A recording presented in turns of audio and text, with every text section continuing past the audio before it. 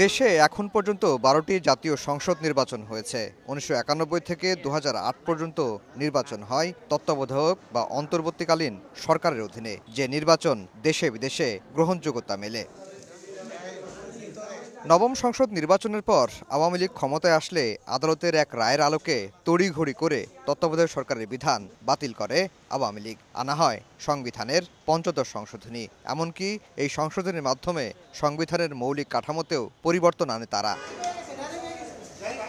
আইনজীবীরা বলছেন, দেশের রাজনৈতিক সংকট, একতরফা নির্বাচন এবং ক্ষমতাসীনদের স্বৈরাচারী হওয়ার পথ সুগম করে এই সংশোধনী।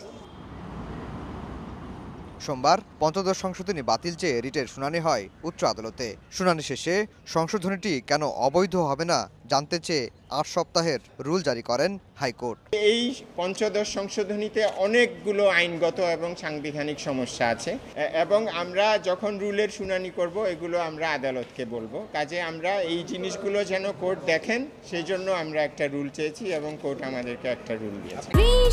ভিশন ফ্রিজ 100% কপার কন্ডেন্সারে তৈরি ভিশন ফ্রিজ, তাই গুণে মানে অটুট থাকে বছরের পর বছর। অ্যাটর্নি জেনারেল বলছেন, এই সংশোধনীর মধ্য দিয়ে গণতন্ত্রহীনতার দিকে যায় বাংলাদেশ।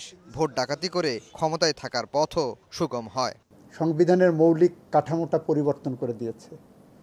এই সংশোধনের মধ্য দিয়ে গণতন্ত্রহীনতার দিকে বাংলাদেশ এগিয়েছে। এই সংশোধনের মধ্য দিয়েই বাংলাদেশের বিচার ব্যবস্থায় এক ধরনের হস্তক্ষেপের পরিস্থিতি তৈরি হয়েছে সরকারের। রিটকারীদের অন্যতম সুজন সম্পাদক বদিউল আলম মজুমদার বলছেন, স্বেচ্ছাচারিতা ও জালিয়াতির মাধ্যমে এই সংশোধনী এনেছিল শেখ হাসিনা সরকার। গণভোট না করেই এটা পাশ করা, পঞ্চদশ সংশোধনী পাশ করা হয়েছে সম্পূর্ণ জালিয়াতির মাধ্যমে, সংবিধান লঙ্ঘন করে, এই যে বিরাট বিভ্রান্তি সৃষ্টি করে স্বেচ্ছাচারীদের ভিত্তিতে পঞ্চদশ সংশোধনী পাশ করা হয়। হাইকোর্টের অবকাশকালীন ছুটির পর রিটটির চূড়ান্ত নিষ্পত্তি হবে বলে আশা প্রকাশ করছেন আইনজীবীরা। আফজার হোসেন, সময় সংবাদ, ঢাকা।